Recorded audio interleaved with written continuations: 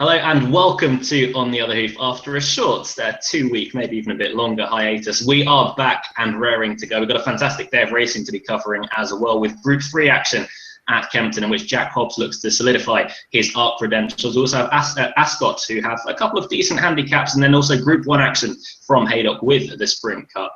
The G-Force is looking to defend his crown in for Dave O'Mara and Midland Park Racing. Just myself and Adam Webb this evening. It's been a huge week of news in the racing world as well, Adam, with Hurricane Fly, 22-time Grade 1 winner, retiring. We've also got Hayley Turner retiring. We've also got Clive Britton retiring, along with Rosina. And we've also got Lucida, who's been forced to retire through injury. So plenty to get our teeth into, plenty for you guys at home as well to get your teeth into by tweeting us at On The Other Hoof. Tell us your thoughts on tomorrow's racing, any matters that have passed in the racing news this week, and we'll get to them at the end of the show. But first, good evening, Adam. How are you?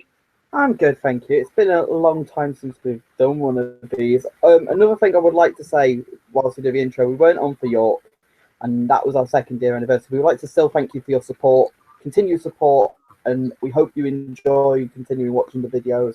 And we do have some exciting plans, hopefully, for the upcoming months, with a couple of interviews in line for the National Hunt season, which should be interesting. Yeah, I was going to say that. You stole my thunder there. But, sorry, but it's something I thought... As Adam mentioned. Yeah, as Adam mentioned, the Jump Hunt International Day would have been our 2nd anniversary here on The Other Hoof. So thank you very much for watching over the past couple of years. These shows are so much fun to do, and they would be absolutely pointless without you guys. And so I'm quite glad that we didn't do a show on Judgment Day, because we always seem to get an absolute good thing beaten. God. Well, let's go through them. We had Al Kazim, got him beaten. He was retired actually in the meantime between us doing shows, so I hope he has a long and happy retirement. I mean, I know he'll be breeding as well, but John Deere is being more selective with him, and I hope it works for him because he's such a lovely horse, proper Group 1 horse, deserves a good retirement. So yeah, fantastic horse for connections as well, and another fantastic horse for connections, fantastic horse for the sport. I think we can put a line at that. It was Hurricane Fly, 22-time Grade 1 winner, a dual Cheltenham Champion Hurdle winner, a fantastic horse, Adam, and a horse that probably myself, you, Michael, and Callum were really getting into racing and trying to discover sort of more of a passion for it. He was one that, for me anyway, helped really cement my place in wanting to go into a career in racing when he beat Pedlar's Cross. Unfortunately, I was on Pedlar's Cross that day, but he's such a wonderful, wonderful horse, and one that's going to live long in the memories. We're going to miss Hurricane Fly, I think. Later on, when people ask, I think I will answer that question then, because there's a couple of little things later on in his career that made me realise, although he beat the same horses over and over again, it's still a testament that he came back from problems as well. He came back from injury as well, and he is just a remarkable racehorse. I have him up there with Istabrack. I really do. Istabrack won 3 champion hurdles. I know Hurricane Fly won 2, but he did things that were better than Istabrack in respect. He won 5 Irish champion hurdles. So, question for you: who's better, Istabrack or Hurricane Fly? Oh, I'd have to say Istabrack, but the only reason I say that is because he came to Cheltenham and lit up.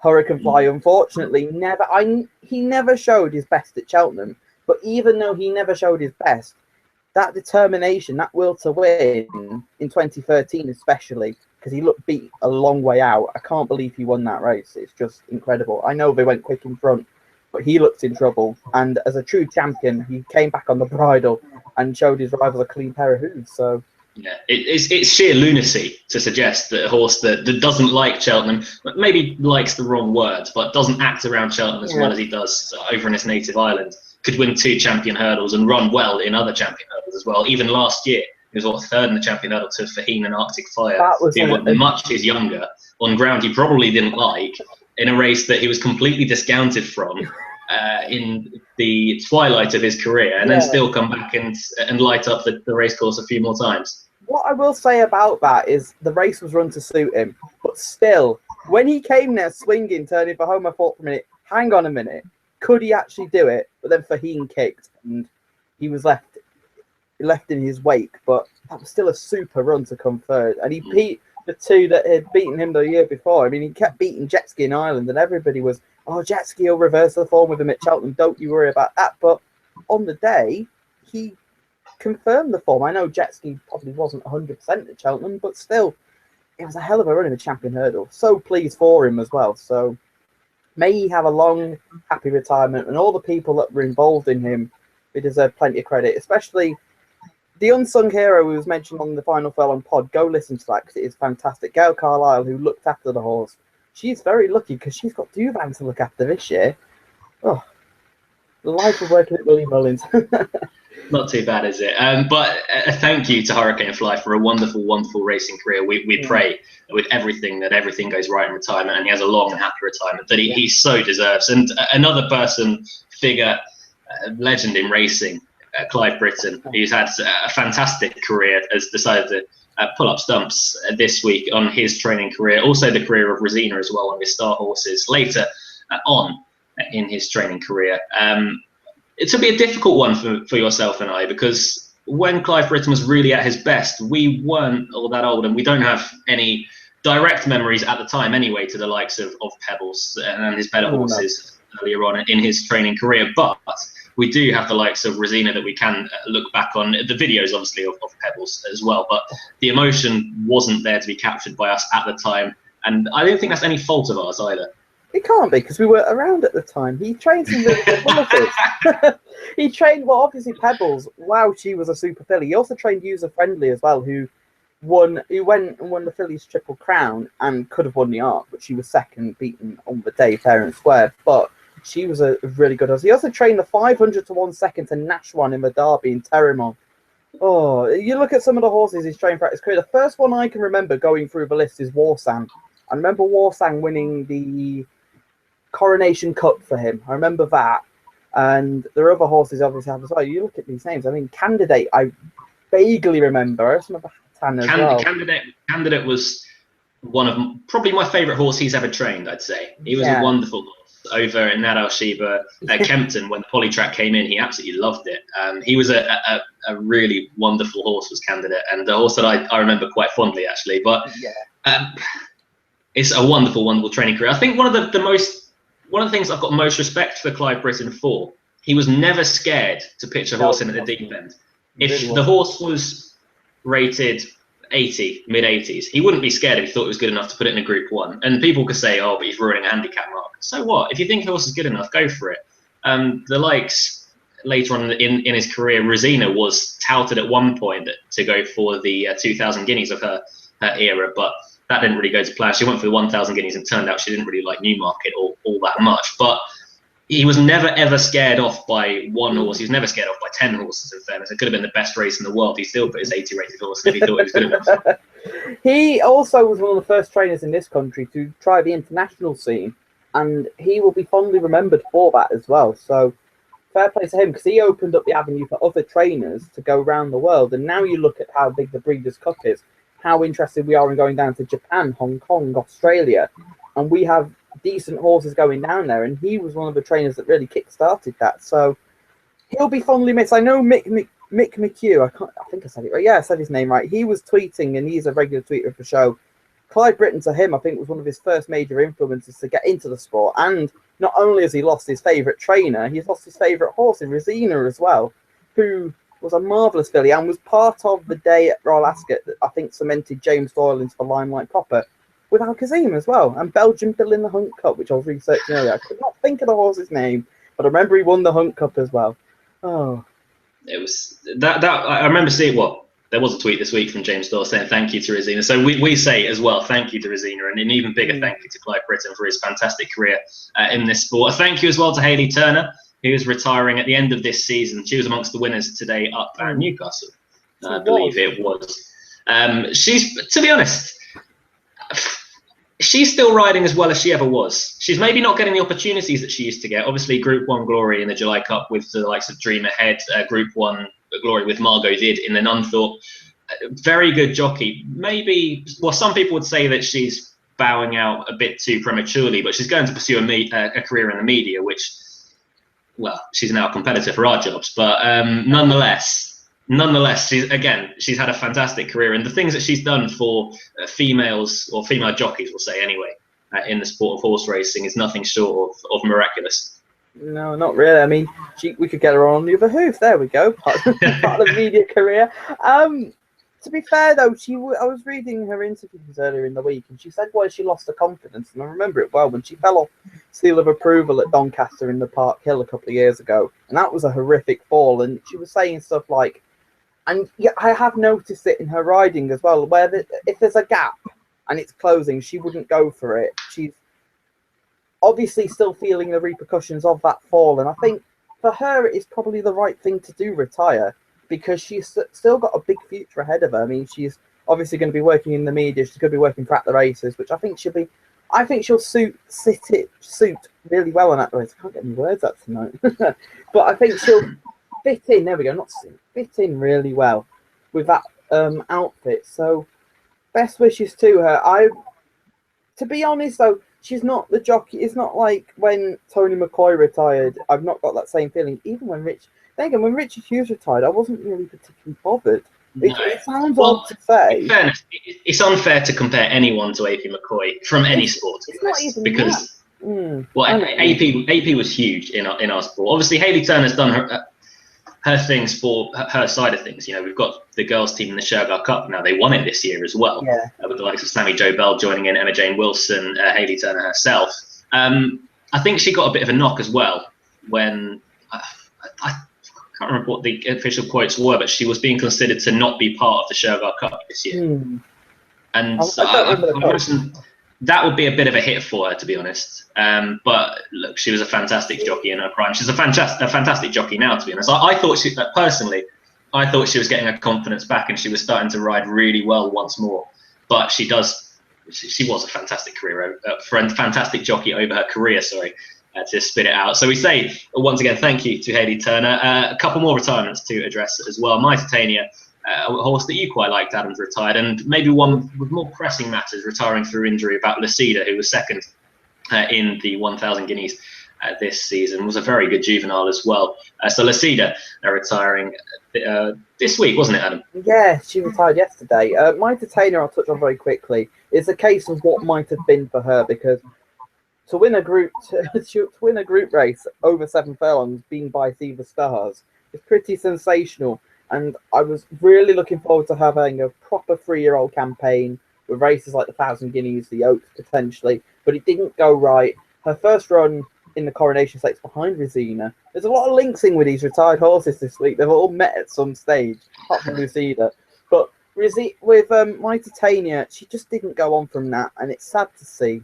But she's been retired. She'll hopefully make a really nice brood mare. Lucida, she didn't get the look of the green on several occasions, but then in the same time, I can argue that if she'd been good enough, she potentially would have got out of the trouble.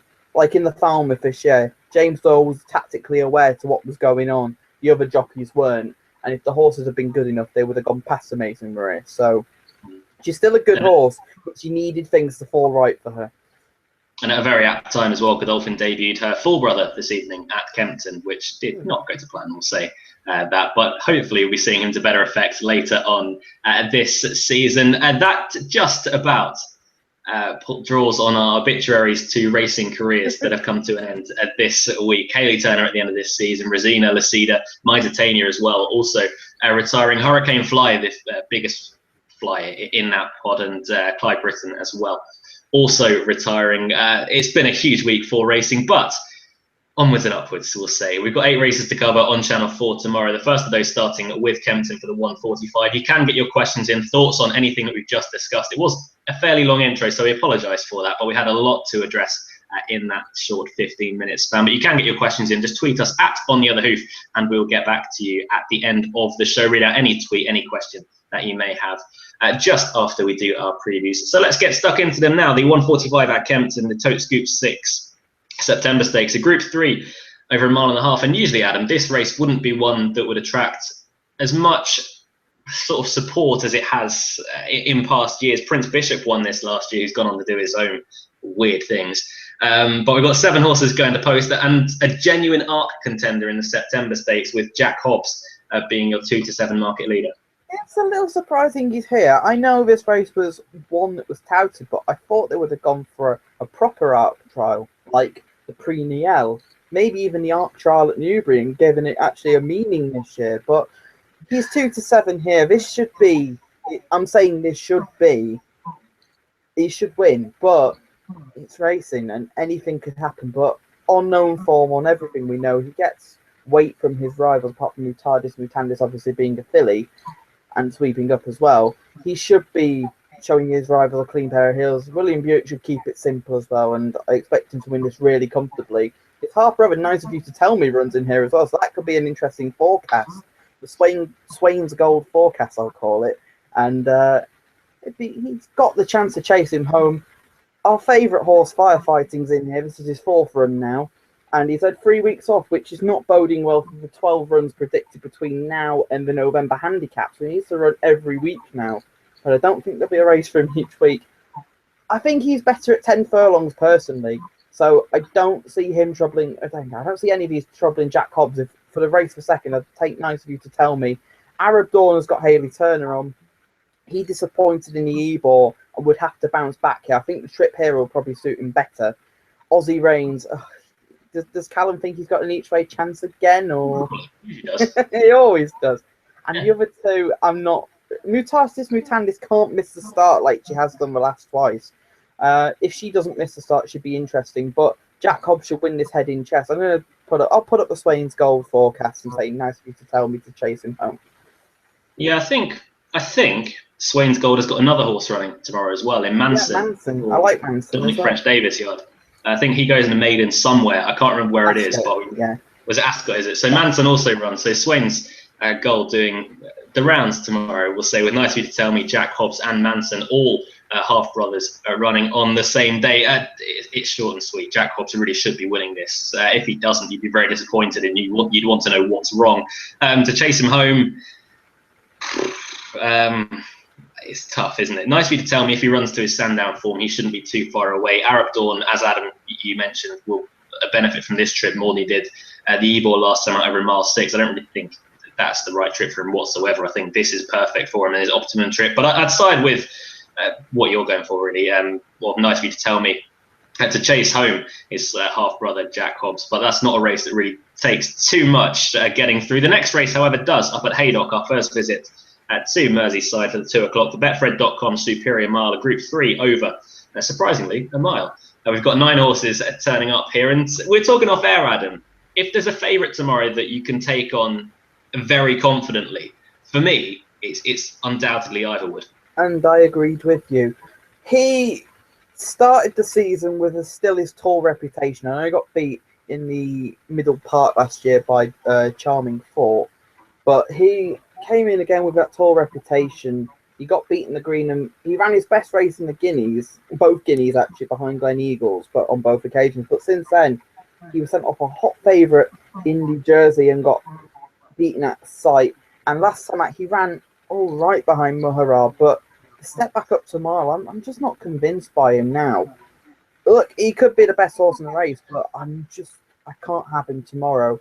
To win the race, I'm actually quite interested in Master Carpenter at a price back at a mile, because although he won the John Smith's Cup at York, they're not entirely convinced that 10 furlongs is his trip, and his run behind Interlac here suggested that.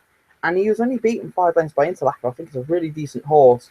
And you can forgive last week's effort. Soft ground isn't to blame. I just think the slow pace didn't convenience him. And it was an impressive performance in the end by racing history. I know he was last of 8 that day. But I just think at 14, back at a mile, I think he's a big prize here. Others in the race, Captain Cat won this a year ago, but he's just gone the wrong way since. He just looked a really difficult horse now. George Baker will need to be at his best to try and get him to win, but I don't think he will. Let's Go was a very impressive winner at Wolverhampton in a handicap, and then was really disappointed last time out. So the jury's out with him. I don't know what to expect from him. He could easily win this. There was something very, very wrong with Let's Go last time. Yeah. Very, very wrong. Yeah, which is why I can't trust him. All the combat wants really fast ground, and he's not going to get that. And I'm also in that boat with Muharrib. If there's one at the top, I think Sovereign Debt would be your main danger to Master Carpenter. He won in Ireland 2 starts ago. the ground won't be an issue to him, and he would probably be one of the safer bets in the race. But I'm going to go with Master Carpenter at a price. I really like him tomorrow. This is going to get boring very, very fast because I've been a fan of Master Carpenter for quite a while now. I've been talking to James Millman, who I work with at William Hill. And he just said he keeps running very, very well on ground that he absolutely hates, including in the John Smith's Cup when it was on the faster side of good. Tomorrow is going to be absolutely perfect for him. The trip, I think, it is ideal, to be honest. He ran really well behind Interlac 2 outings ago. Disappointing somewhat last time out. However, he has been on the go for quite a while. It may have just been that catching up with him, which wouldn't fare well for him tomorrow, but I'd still give him another chance in this type of race. Philip Making gets on very, very well with him winning the John Smith's Cup, but on him, and you might remember, I tipped him up for the John Smith's Cup at 20-1. Did you back him? Absolutely not. It's one of those. It's one of those fantastic things in racing when you can say, "I tipped that," but my bank balance didn't really find out, but I tipped it.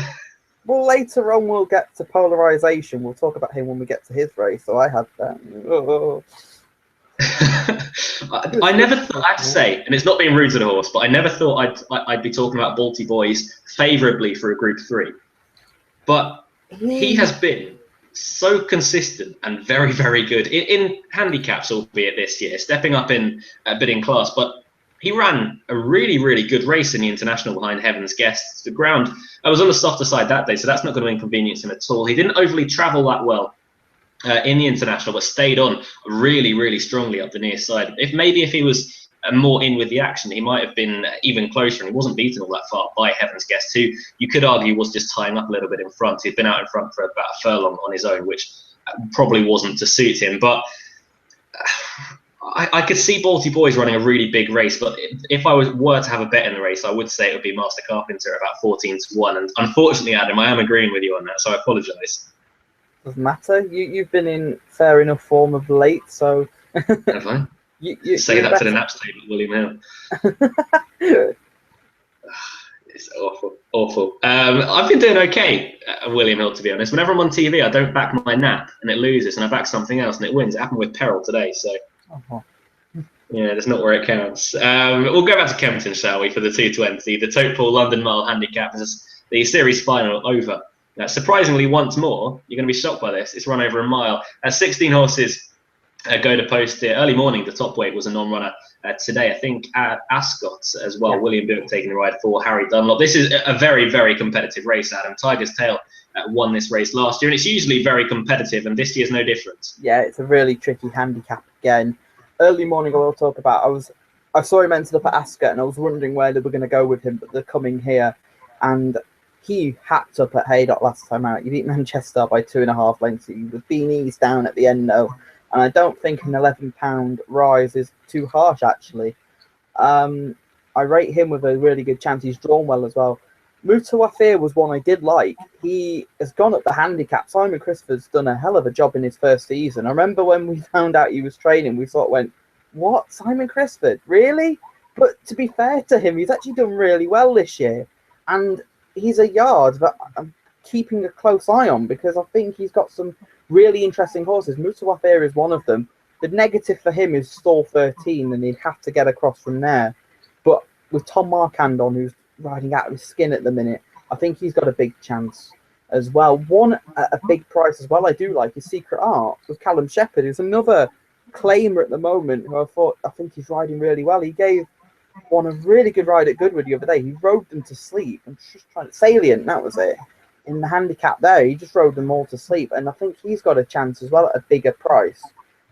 He's got some fair form in the book. I mean, second to Jacob Black at Sandown a few starts ago, and although he was 6 behind early morning last time out, I think coming back onto Fibersand at Kempton, I think he's got a squeak at 18. So my likely winner, I think early morning is still handicapped to win a race, and I'd probably put him up as a selection. But I wouldn't put you off savers on Mutawafir or Secret Art. I'm going to favour Secret Art for a saver, though, because he's better drawn. It's not really a race that I'd want to have a bet in if I'm being I get that. Boring, to be honest. It is a competitive race, and I'll give it that. If I were to have a bet, I'd have a couple of quid each way on 2. One of them would be Georgian Bay, who I always seem to have a couple of quid each way on. He's becoming a real problem for me.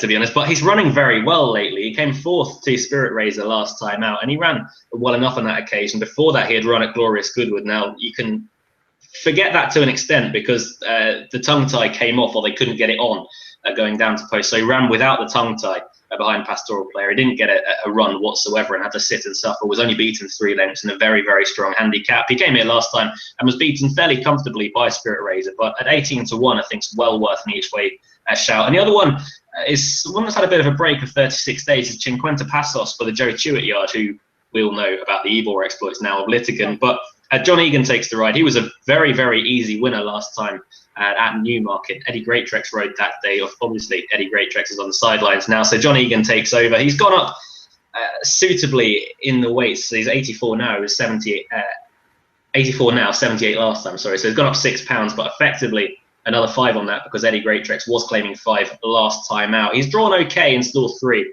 but he'll be one coming from just behind the pace, really. He travelled very well at Newmarket last time out. A completely different ball game here, though, back on the all-weather, which he has run okay on in the past, but around 16-1, I think Cinquenta Passos could go okay if you're looking for an each-way bet. But the more confident one would be with Jordan Bay. I think Jordan Vaughan taking £5 off is going to help him out a great deal, and the yard seem to be in good enough form as well for Carl Burke. It's an interesting race, though. Back up to Haydock, however, now for the 235, the Betfred Mobile Aldborough Cup, a handicap over 1 mile and 6 furlongs, and Battersea is a non-runner here. I think that's the only non-run that we've got at the moment. So that leaves us just with 16 to go to post. And at the moment, Adam, as we say most weeks, actually, we are just about clinging on to first 4 places each one.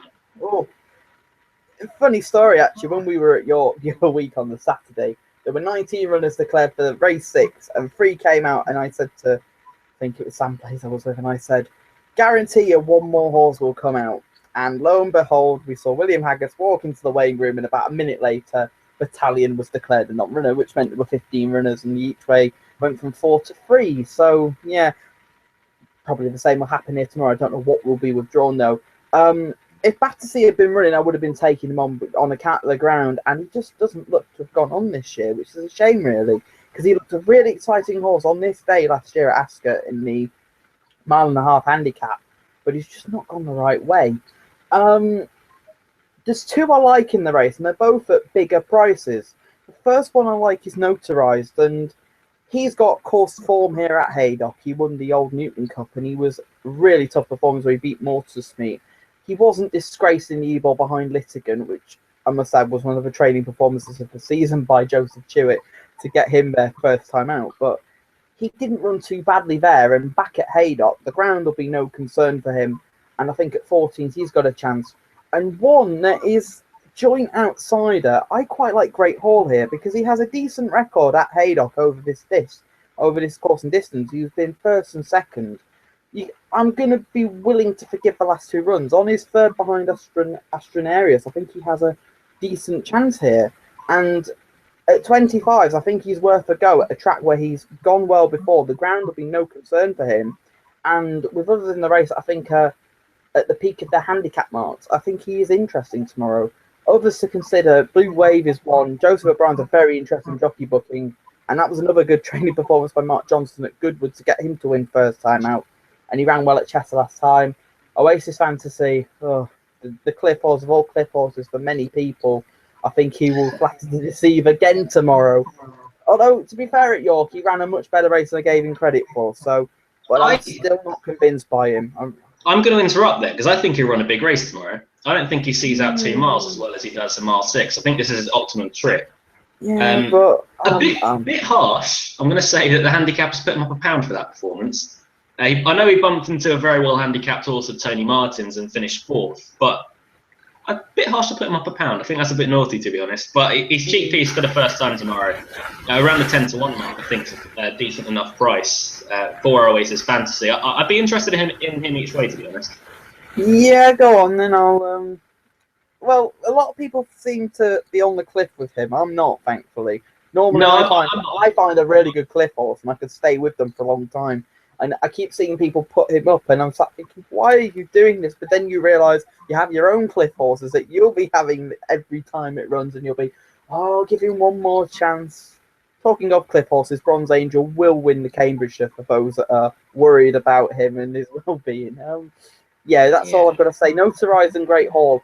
Of the pair, I'm actually more sweet on Great Hall at a really big price, so wouldn't shock if either of those were in the frame or even winning the race.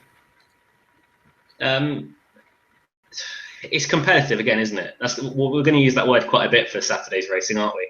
Well, it's meant to be competitive. It'd be boring. Yeah, well, let's just say we're not complaining about this at all. We're not complaining whatsoever. But for each way purposes, I'd be sticking up Oasis Fantasy. And I know it's boring putting up the favourite, but High Secret's also really impressed me this season. That's second to Seymour at Ascot 2 outings ago is decent enough form. Off only £6 higher than that. I'd be really disappointed if he wasn't thereabouts at the end. Luke Morris is riding pretty well at the moment. You can always say that about him, to be honest. In the yard, in decent enough form. High Secret, off this handicap mark, I still think there is mileage in that. He wasn't beaten far at all by Seymour. He's gone over to Ireland more recently to be ridden by Paddy Mullins. He absolutely bolted up there.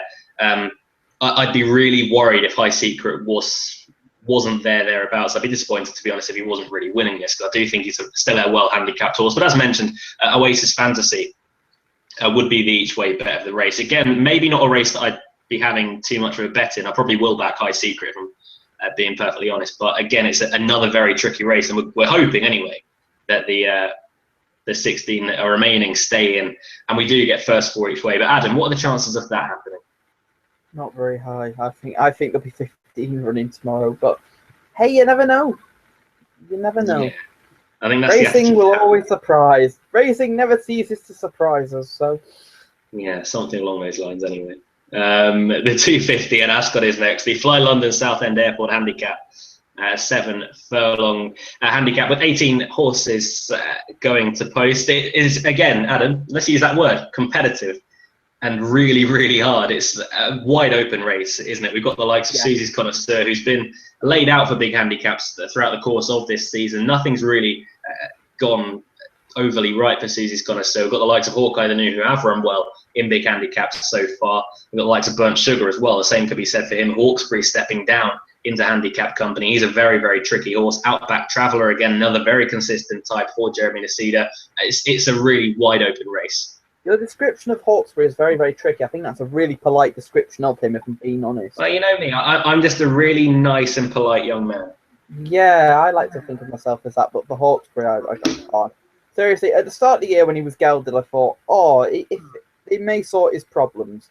And he won at Kempton, and I thought, finally, we're going to see the horse of what he promised as a 2-year-old, and lo and behold, he's just, that head carriage is just horrible. And yeah, well, back into handicap. That's the best way of putting it. It's downright disgusting. It could be funny tomorrow when he goes and wins, but he's if he put it all in, he'd be a serious group horse. But that head carriage just doesn't help him. And I could see him travelling really well tomorrow and not going through with an effort. I'm going to sound boring here, but I like one of the joint favourites in Millionaire, who I'm kicking myself last time out because I really fancied Wivensey and I put myself off Millionaire.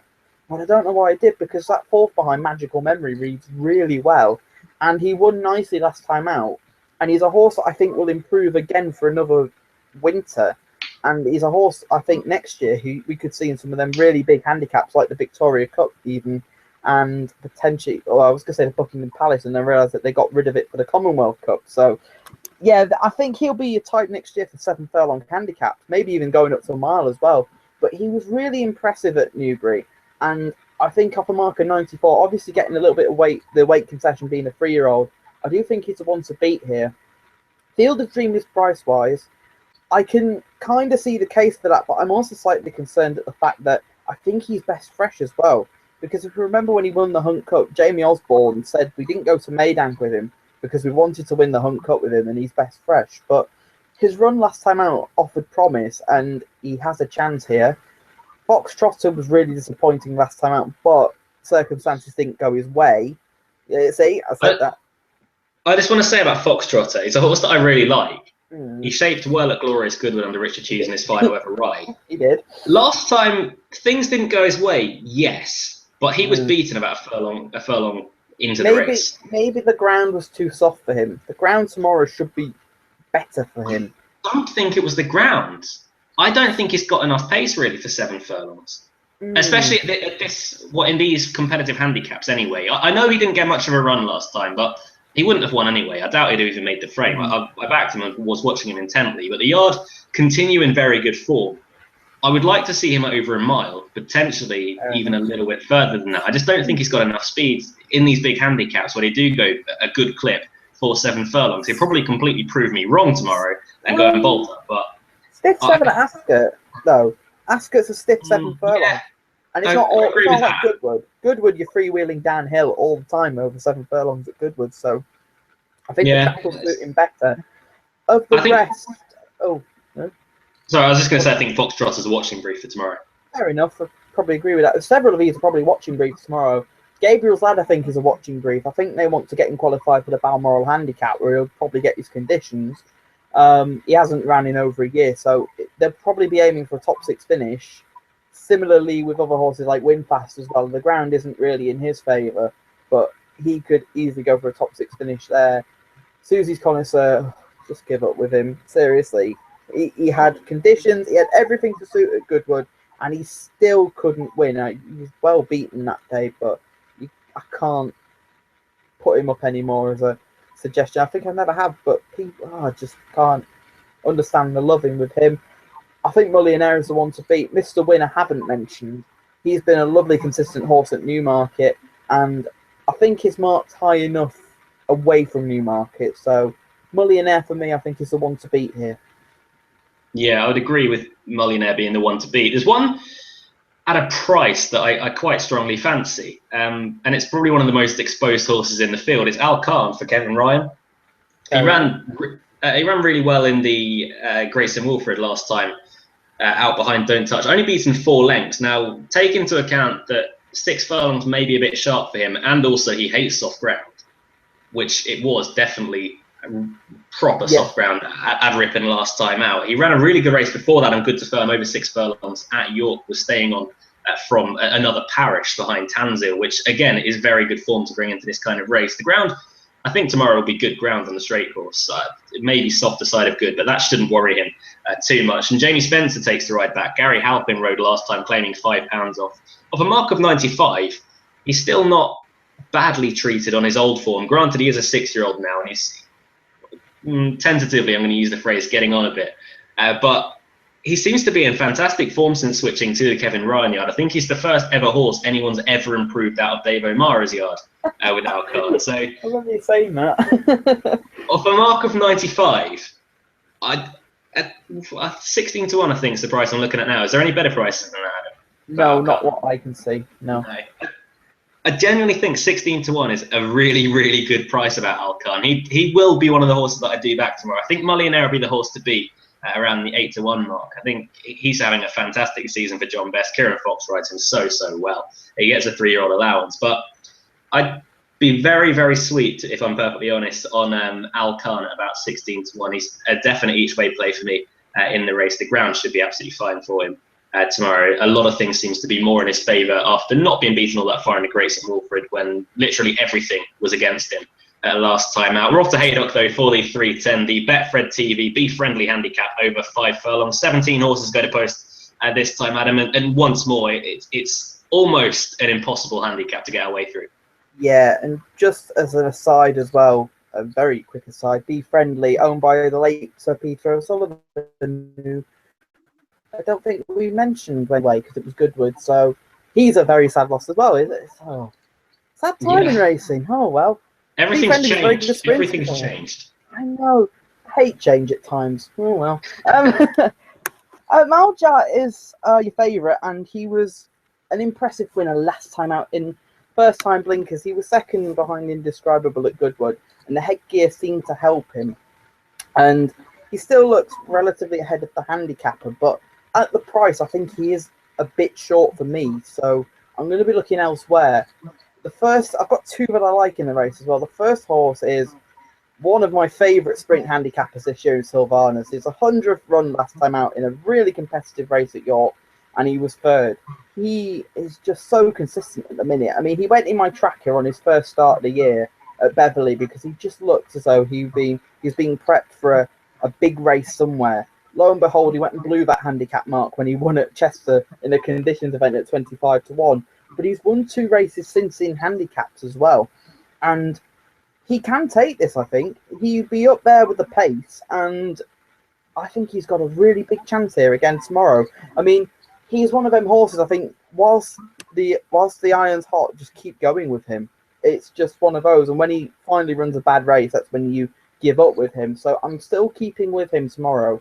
I like at the bottom of the race card, a couple of people have noticed this. If you like golf and you've got Seve and Ballesteros in the same race, and you've actually got them Seve Ballesteros, which is just, what are the odds of that happening? It's just bizarre. They ran on the same card last time, I think. I think they both ran at Chester last time out, but they've never ran in the same race together, and they've never been, well, they've definitely never been above each other in a race card. That could be a fun forecast as well. The thing is, it's a Saturday. People will be going to Haydock. They're going to see Seve. They're going to see Ballesteros. I think on the tote, it'll be interesting to see what their forecast pay, because I imagine it will be a lot lower than it should be. Yeah, I agree. I agree with that. It'd be a fun forecast if that came in. And both of them do have chances as well. Ballesteros will like the ground tomorrow at Haydock. But the one that I'm going to put up at a really big price, he's handicapped, I think, to win a race again. I think B52, if he's on a going day tomorrow from the front, Oisin Murphy's booked. He's the outsider of the field from what I can see on here. He hasn't run a good race this year yet, but he's handicapped to win a race, and I think he's interesting tomorrow. So the two I like are Sylvanus and B52. B52 obviously has to leave as well, but they'll be up there forcing the pace, and I don't think either of them will be stopping at the end. So they're the two I'm going to put up. Sylvanus for your win selection, but I wouldn't be surprised if B52 ran a good race. B52, probably one of my favourite, all-time favourite handicap sprinters. Yeah, I was a huge fan of him as a 2-year-old, and I followed him through to being a 6-year-old. I'm not going to be backing him tomorrow, so have as much money as you want on, because he's probably going to absolutely bolt up. There's one down near the bottom of the weights that I'm quite sweet on here. It's Lexington Place for the Ruth Carr yard. James Sullivan gets on very, very well with Lexington Place, and he's just having an absolutely incredible season. He's improving so much. He's only gone up £4 for his last win. I was covering that race for William Hill, and he didn't get a run whatsoever, but he had so much horse underneath him, James Sullivan. He went on and won fairly cosily, not by a great deal, but he was carrying top weight there. He steps up markedly in class, but it was a tricky handicap nonetheless. Noble Asset did nothing wrong for that form today when running a big race, again in a big handicap sprint over at Haydock. He got murdered late on in the race. When we talk about that in a minute. I want to talk about that. So do I. I napped Noble Asset today. But the ground's going to be absolutely perfect for Lexington Place. There'll be no problems there whatsoever. But he's just a horse that's rising in a handicap, and he hasn't shown any signs of stopping yet. Around 11, 12 to 1. 11 to 1 is what I'm looking at right now. That could be a really good each way bet with not much weight on his back. He's still, judging from his last run anyway, the handicapper isn't that close to getting him. Ruth Carr's in good form as always, and I'm struggling to find a better bet than him in the race. Distant Pass, probably the other one I'd give a chance to for the Kevin Ryan yard. Danny Tudhope taking a ride on Distant Pass. Ran well enough behind Caspian Prince in a race that you really had to be drawn fast side, and really the front runners didn't overly come back to the field. But Distant Pass ran well enough on that occasion at York last time out. He's had a break of 17 days since then. So I could see him potentially going fairly well, but it's a race that I'm really pretty sweet on Lexington Place, and I'm hoping he can continue that improvement for Ruth Carr, who, once they do start winning, they rarely stop winning until they really get to a fairly lofty mark. But on that, we've got 2 races left to cover, one from Ascot, one from Haydock. We'll go on to Ascot quickly. We'll cover what you want to talk about with Noble Asset at the end of the show. Adam, okay. If that's okay. Because I have a feeling we'll be saying similar things. Before we do, though, I want to make a point about the race we've just covered. Okay. Confessional didn't get in. Bless him.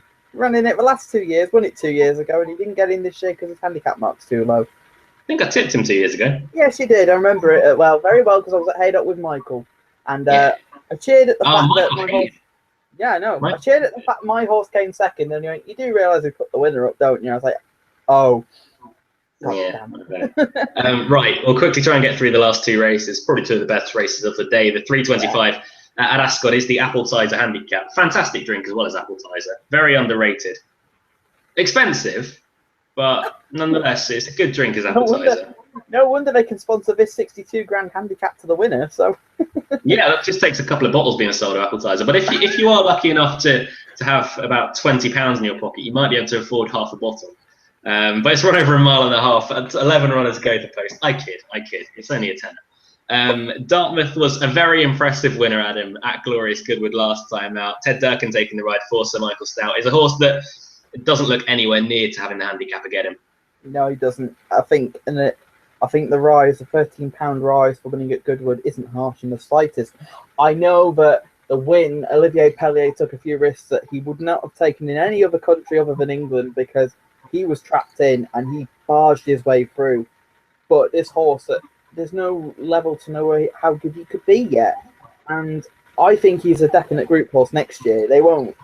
They may not. They may go for a group race at the end of the year with him, but I can see him being one of these Sir Michael Stout middle distance group horses next year, a la Telescope in a way. And we bar way up the Galileo Mare. I think he is really exciting. The only concern tomorrow is softer ground, and at his price though, he's a backable price tomorrow because of the ground, and because I still think he, even off 102, he's particularly a well handicapped horse as well. So if he's pulled out tomorrow, then obviously they've got the same ground concerns that I have, and then he'll be safe for either the Newmarket handicap, which is end of September, early October, or I don't know where he'll go.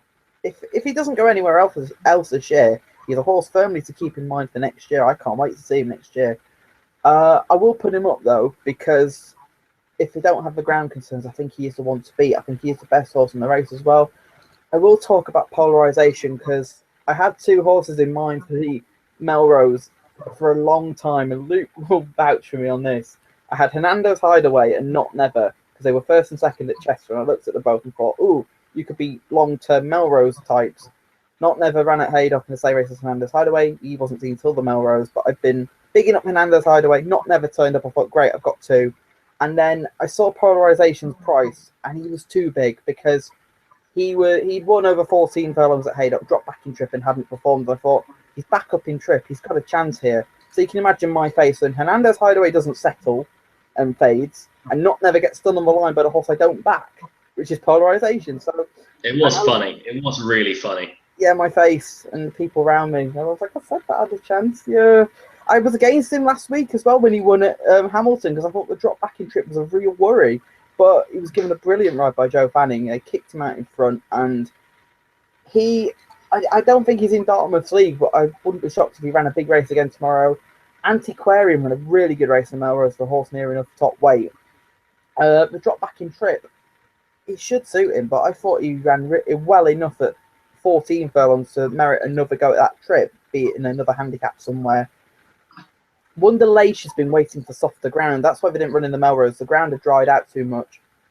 And he's second to Richard of York in the maiden at Windsor, reads particularly well with that horse coming out and winning today on softer ground. And I'm looking forward to seeing him again in the future. I think, and one more I'm going to mention. I'm not going to put him up. Dissolution, my handicapper to follow. I got him to the King George V handicap. Didn't think he'd go off 6-4 favourite. But since then, he has looked a dodge pot. And that's me being honest. He had showed signs of temperament about him as a 2-year-old, but the last two starts he's gone the wrong way. The headgear's off. It'd be great if he could win for the horses to follow piece because he's 14-1, and I'm going to be working out the profit and loss for that. So 14-1 winner would be very welcome. Dartmouth is the one to beat for me tomorrow. If he doesn't run, I'll put up Wonder Leish. So yeah, I think Dartmouth will run. To be honest, I don't think it'll be that bad at Haydock tomorrow. Anyway, I mean that's famous last words with Haydock. Sorry, Ascot. Sorry. It's been a long day, okay? It's been a long day. But no, at Ascot, I don't think it will be too bad tomorrow, to be honest. It is drying all the time. There isn't, I think there might be one small shower forecast for the morning. But the one that I'm going to side with is Giretto, who was a Gorton distance winner last time out. More from an each way angle, to be honest. I think he's just a horse. He's a very, very talented horse. He's got a few quirks about him. He wears a hood, which seems to bring out the best in him. But he's a horse that's slowly but surely getting the hang of this racing thing. And he is still a bit of a big baby. And this is a fairly big race for them to pitch him into. He won a weak enough 4-runner race last time, but he won it very, very impressively on soft ground. So the ground, either way, it's not going to be any kind of worry at all for Giretto. But like I say, he's just a horse that's slowly but surely understanding what this racing game is all about. I think if Dartmouth does turn up, then it's going to take a very, very good horse to beat him. The point to you, Adam, what price would Dartmouth be if Ryan Moore was riding? Oh, he would be half that. He would be 5 to 2, 2 to 1. To be fair, there is a concern about the ground, so maybe we'd add a point onto that. We'll say 3 to 1, but I can't wait. It'd be a lot shorter. Can't wait for him to come back next year and ride this horse, because Ballydoe don't exactly have any middle distance horses for next year, unless, I don't know. Deauville. Yeah, Deauville. No, I'm on about older horses. Deauville beat him up. Yeah, but I mean, in the early half. Let's not stray too far. Yeah. I'm looking forward to Ryan Moore being back and riding Dartmouth. We'll put it that way. Yeah. But you've got Ted Durkin tomorrow, which that's said better. Like negative. Yeah. Polarization, I agree with you. I think the trip's going to be absolutely fine for him. If he can get out in front and dictate things, he's a danger to all. Joe Fanning, as you mentioned, gave him a sublime ride just last week up at Hamilton, wasn't it? Yeah, it was. He won, and it was a competitive enough race as well. But the one that I will be siding with is Giretto. I like Shell Bay. Whether the ground would be more of a hindrance for him. He won at Ascot on good to firm. He performed well on good to firm at Glorious Goodwin. It was good last time when he won at Salisbury. So whether a slight ease in ground will be more of a hindrance to him than others, that may hold him back. But for me, I'll be siding definitely with Giretto for each way purposes in what looks to be a pretty strong race. The last race we're going to be covering, though, is the 3:45 at Haydock, the Betfred Sprint Cup, part of the British Champions Series, a Group 1 over 6 furlongs. And also we will mention, it's your last chance to get any questions in to our Twitter tag @OnTheOtherHoop. We'll read out any questions or fancies you may have, or opinions, of course, about Hurricane Fly, Hayley Turner, Clive Britton, any memories as well about anything we discussed at the start of the show at the end of this preview of the Betfred Sprint Cup. 17 horses go to post, Adam. It's, again, competitive as always. G-Force won this last year. He hasn't really had the best of seasons. He's back to defend his crown. Gordon Lord Byron won this 2 years ago. So the last two winners are back trying to defend their respective crowns here. But it's a very, very competitive race. We've got Magical Memory, the Stewards Cup winner, trying to step up markedly in class. I think we'll say Soul Power, trying to rejuvenate his career. There's a lot that you could mention in this, isn't there? Yeah, I think it's quite an exciting race, especially with the 3-year-olds as well. I'm not going to put one of them up, but I think there are some 3-year-olds there with some bright futures in the sprinting division. Let's talk about a day to start with, though. I got him wrong in the 100 foot. I thought the ground was going to be too soft for him over 7 furlongs, and he duly obliged. Slight negative. Can I say, me and Callum shut you down about that. Yeah, you did. But then again, you tried to shut me down on the fact that I said that Heaven's Guest wasn't a Group 2 horse. So it evens out. Yeah, it evens out there. My concern actually tomorrow with the day, because he improved for 7 furlongs, is actually the drop back in trip. And of the Hamdan Helmet Tomb pair, has Paul Hannigan actually chose the right one? Because I'm not going to put Wardy up, but Wardy is a sprinter who is really improving. And he's gone the right way all season. I remember when he won a handicap on soft ground at the start of the year at Nottingham, and thinking he could be a nice horse, but he's improved enough. And at the price, if those at the prices, rather backing Wardy than a day, Danzino, I don't get the hype behind this horse. I really don't. He's price-wise as well. Frankie Dettori is taking the ride again like he did in the July Cup, but he's just not a horse that I particularly like, probably because I backed him in a handicap last year at Doncaster and thought he was an absolute good thing, and he got beat. And maybe that's sometimes with that mentality with certain horses, when they go and you get them beat in handicaps and they win Group and Grade 1s, and you think, wow, I'm some judge. I just can't have him tomorrow. There are horses in this race that I think are a great deal better than Danzino, and the ratings of some of these, I mean, Soul Power at one point was rated a similar rating to Danzino, and that for me is insulting, because if these were running in handicap... Sorry, rephrase that. Danzino was once rated similarly to Soul Power. Yeah, if they were running in a handicap, I know who I'd rather back. And even on ratings tomorrow, with my fancy, he has technically £3 to find, but in a handicap, I confidently say that Golden Lord Byron would beat him hands down. Even giving him £10 in a handicap, I think he would. Golden Lord Byron is my selection tomorrow. I can't believe he's 9 to 1. Everything's in his favour tomorrow. And I just think he's got a huge chance in this again. He won this 2 years ago under an excellent ride from Johnny Murta. He walked the right strip of grass that had rained the night before on soft ground, and he rode them to sleep.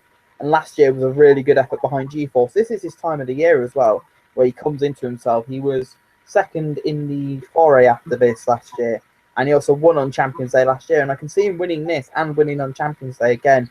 I'm really confident about it tomorrow. I think he's the one to beat, the clear one to beat as well. The 3-year-olds, the other ones I haven't mentioned yet, Twilight Sun, Magical Memory, and Matmu, I think they're all worthy of respect. Twilight Sun and Magical Memory are 2 horses I've got in mind for next year as well. I'm really excited about them. Magical Memory has been doing his winning in handicaps, but as has Twilight Sun, but they've both been really impressive. Both have looked group horses in the making. Matmu ran a really good race in Unfought. We haven't mentioned Mecca's Angel yet. What a race in Unfought was. That was sensational stuff. And you were stood with Mecca's Angel's #1 fan, and you, you lucky person. I'm glad I wasn't. I'm glad I wasn't there for that. Bilardo was interesting back sprinting, but he hasn't really shown very much this year, apart from in the Irish 2000 Guineas behind Glen Eagle. First time blinkers may sharpen him up, but I can't trust him. G-Force, I haven't liked. I thought he was overrated by a specific person, and so far this year I've been proven right. You're probably going to win tomorrow. Are you backing him tomorrow? Yeah. Yeah. All right, then. Fair enough, then. Not for me. Eastern Impact, not for me either. Tiggy Wiggy's a big price. I have said that she is as big as 20s now. She was 25. Price-wise, how do you say? You're going on the basis that she's had one bad run, and the ground, I think, will suit her tomorrow, and she is your likely pace angle as well. So if she's over her run in the Commonwealth Cup and she's training as well as she was as a 2-year-old, that price is looking really silly. The rest, I don't think, are good enough. I think Due Diligence is finished, I'm afraid, because he had an injury after Royal Ascot and he's not looked the same this year. Pearl Secret will probably run a decent race, but having read from the Bible of Pearl Secret that he wants 6 furlongs, I think his best race is a stiff 5, and the other couples aren't good enough. So Golden Lord Byron is a really confident win selection. At an each way price, I wouldn't put you off Magical Memory, actually. I'll put him up each way. So Golden Lord Byron and Magical Memory are the pair for me.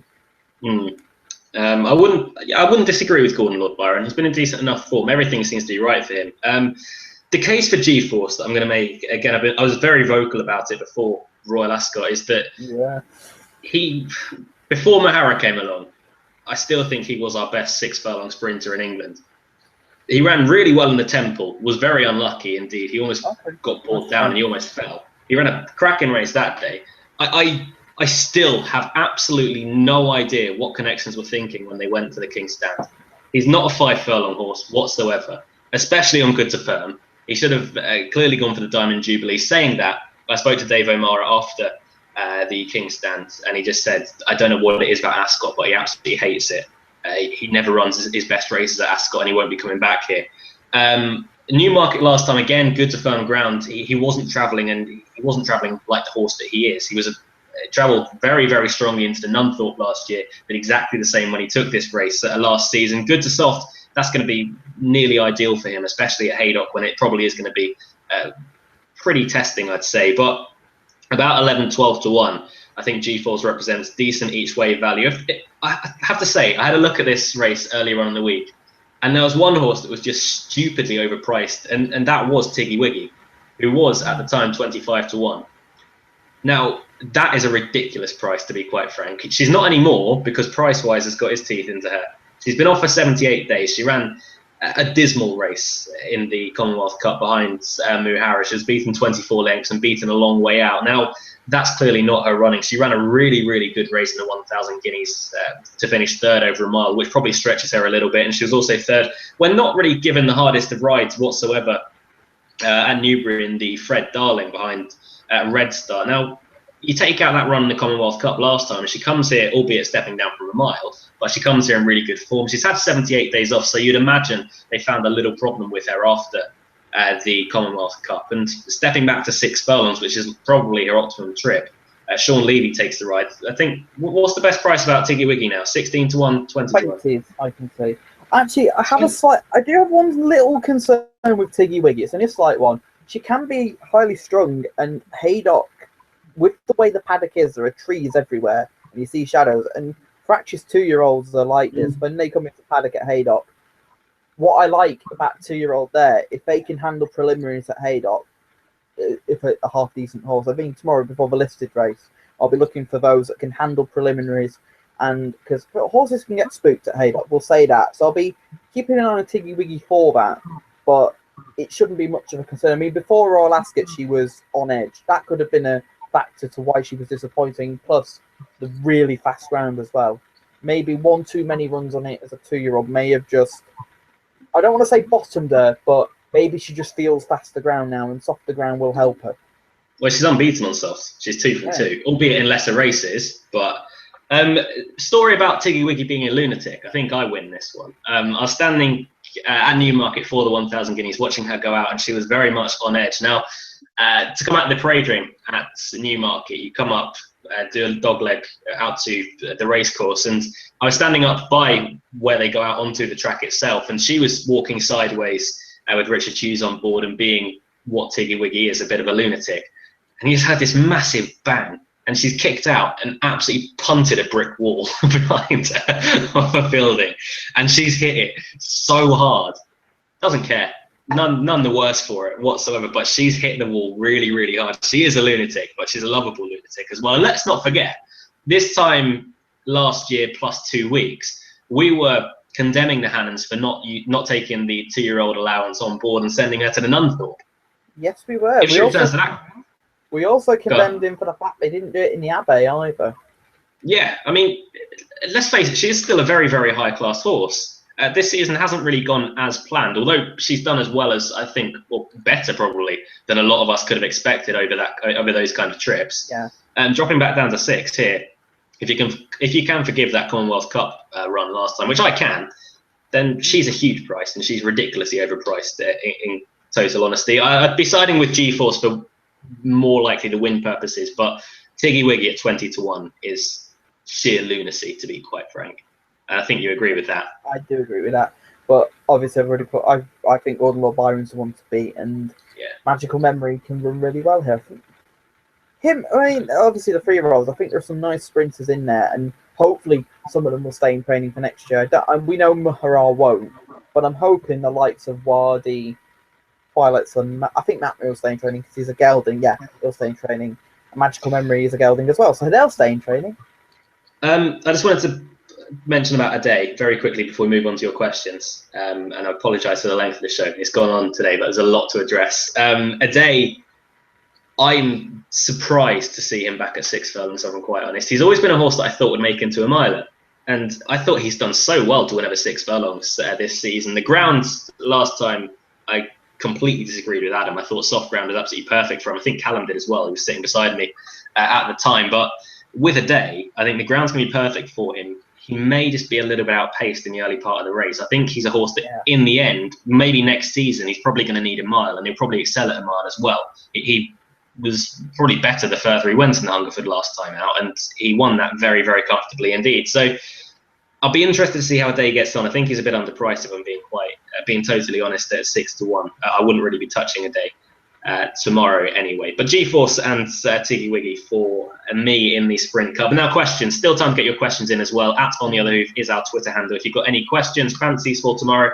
any opinions, any memories about Hurricane Fly, Clive Britton, Hayley Turner, Rosina, Lacida, anything that's retired this week. And also congratulate us for 2 years, right? Before we do, can we talk about Apricot Sky very, very quickly? No, go on then. I thought it was disgusting. I actually thought that the horse was going to be disqualified and placed last. She didn't try to correct the horse, which is a big no-no, and then she cannoned into.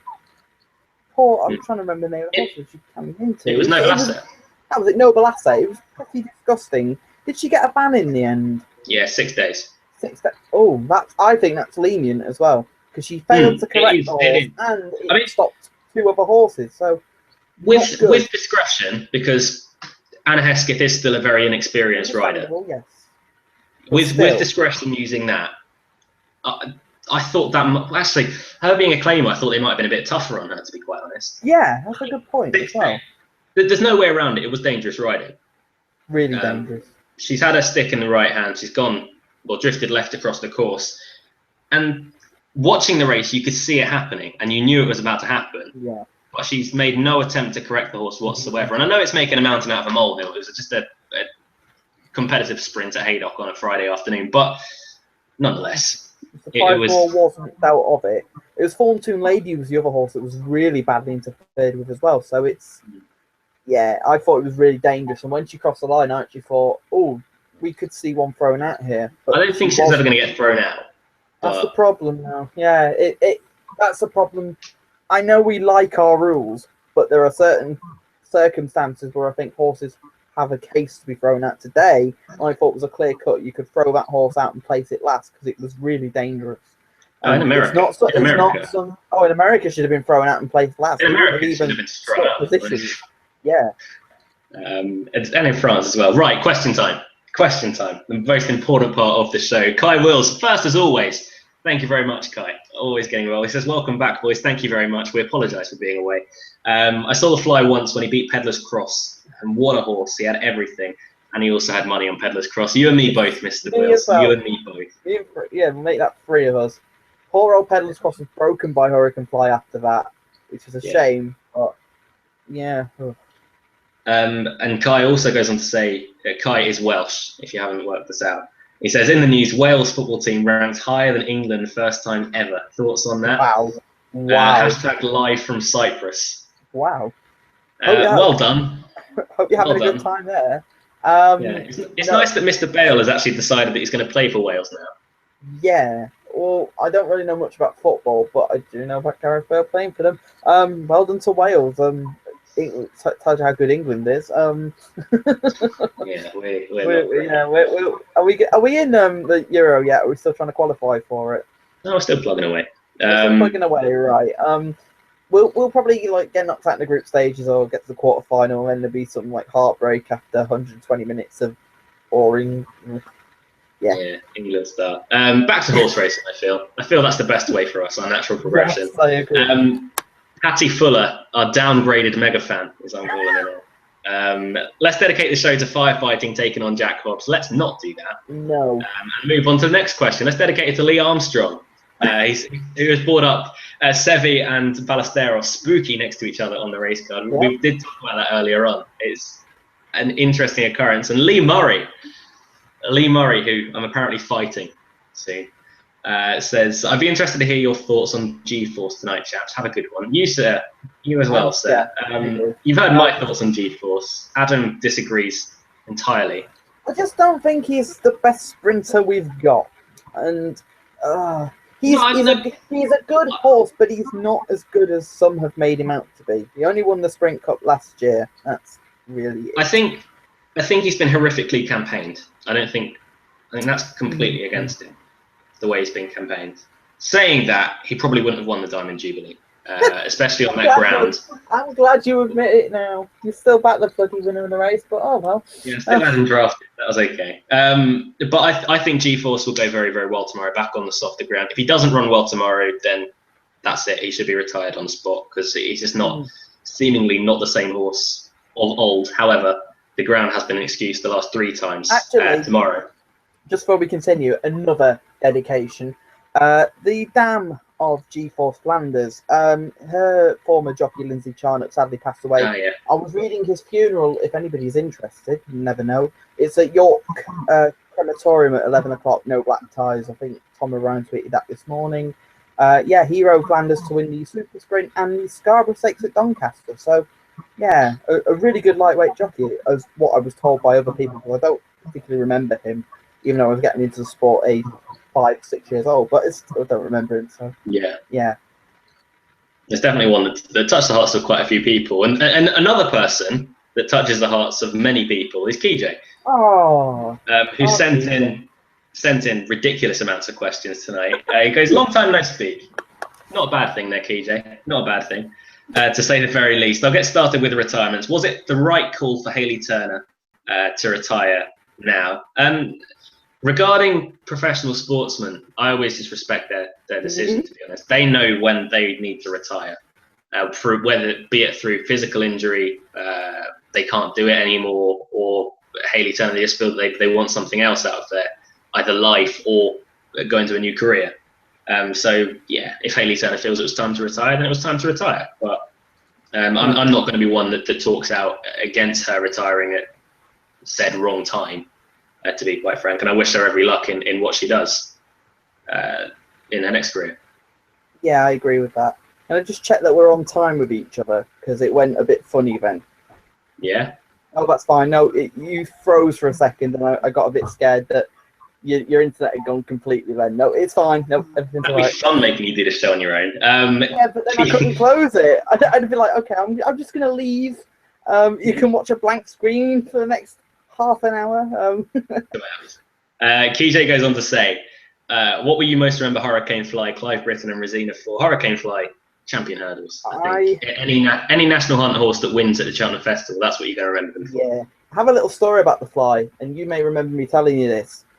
When he was 4th in 2014, he came back and the stands erupted in applause for him, and it felt at the time like we were saying goodbye to a champion. And it sort of felt like, oh, it's great to see the Fly. It's the last time we're going to see him at Cheltenham. And it's just that the way he proved us wrong, it was just sensational.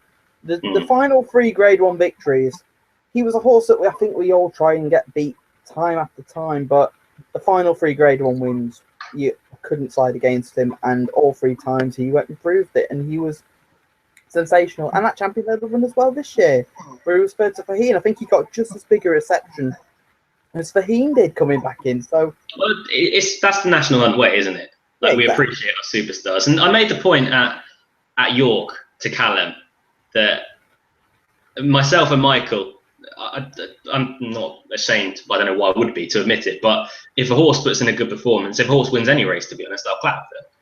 Yeah. And me and Michael were standing there clapping. It was a sprint winner. I can't remember which one it was.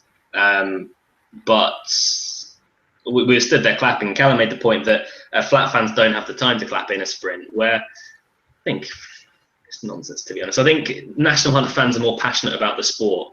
And this is something that would divide opinions, and Callum would be punching my face right now if he was on this show. But National Hunt fans are more applause friendly, passionate about their sport, and they probably love the horses more, which might be a bit harsh. Come speak of it, but we get more time with them. That's the thing. Yeah. That's the easy thing. I mean, people. I know it's a very vast comparison, but people took to Frankel. Obviously, he was a very, very good horse, but you can use lesser horses. The likes of the Cornish Cowboy, who sadly passed away 3 weeks ago. He was a wonderful campaigner for Connections. He ran over 100 times, I think it was.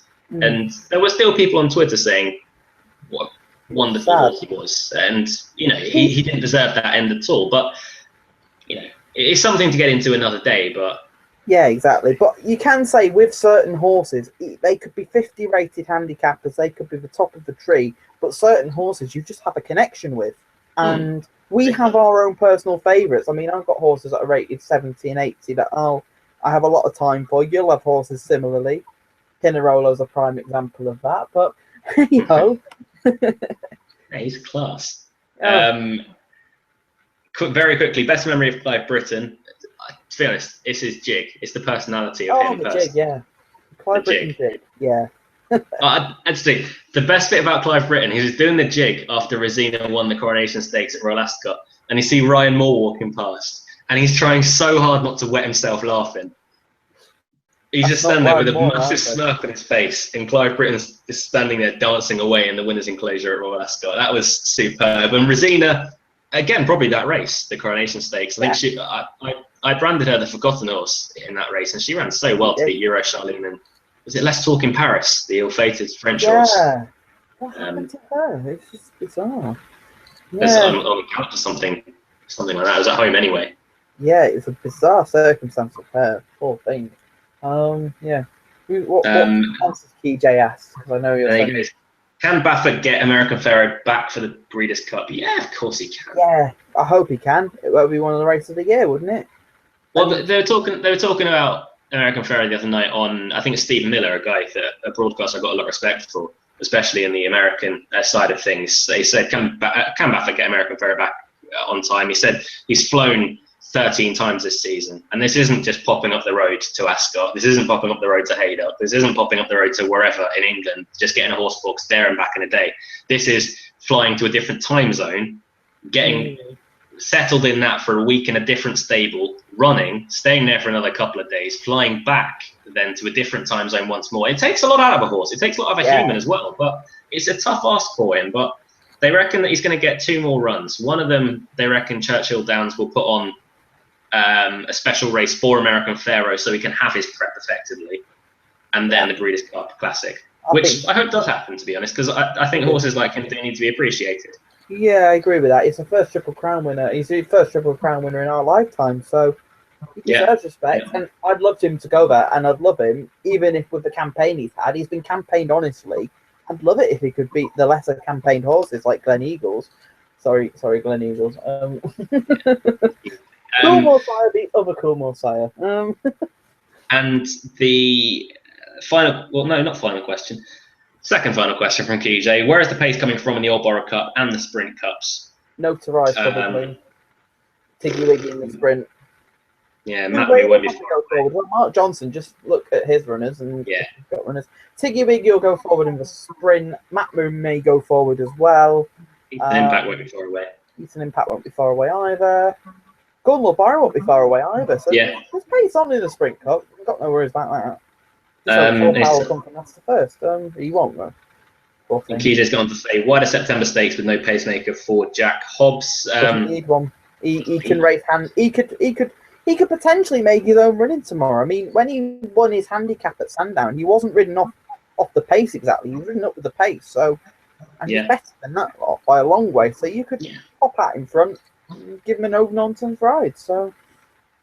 And final question from KJ: will the draw play a part in your thinking at both tracks tomorrow in the big field games? No. I haven't looked at the draw personally. Not as much as I'd usually expect it to. Well, Ascot, you're missing half the track, so there's no real advantage being anywhere. Haydock's a track I've never looked at the draw for, being perfectly honest. Well, I wouldn't get overly caught up about the draw if I'm being perfectly honest. Agreed. Tomorrow is the answer to KJ. And Derek Gamblepunt has said, when are on the other hoof having KJ on as an honorary guest? Some point in the future. I don't know when. Yeah. Some point in the future. Yeah, when I'm not on, KJ can come on. Oh. Jermaine, the goat chaser, my man, my goat actually, says, well done to Jermaine for his 33-1 winning nap today in the 240 at Ascot. Magnius Maximus and Tommy Marquand.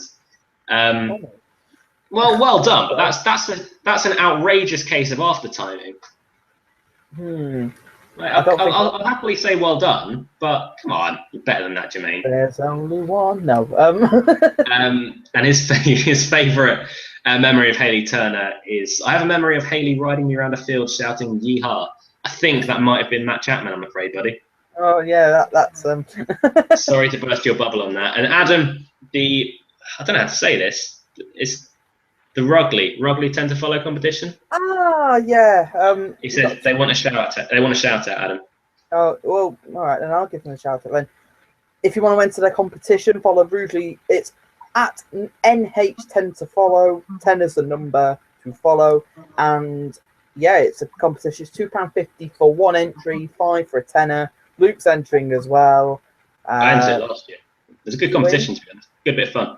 A bit of fun, yeah. I've not done it yet, so this is the first go for me, and there'll be plenty of other people involved as well. You can follow the Twitter account. I'm retweeting it right now if you follow me on Twitter, and you'll see it there. So, yeah, give them a follow, and they'll be posting the slips out early next week for potential people that are going to be in the competition. So, best of luck to everybody who enters it. Hopefully you're second behind me, but it won't be hard to beat me in this competition, I promise you that. Right.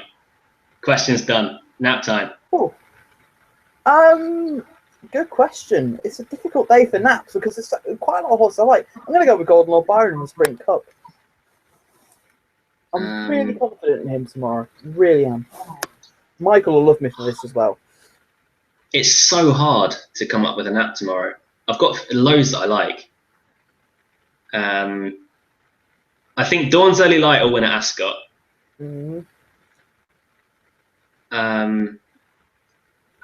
I don't want to nap at Kempton, but I'm going to. Oh. In the 3:30 horse for Roger Charlton in Alcazim's colours, called Melodica.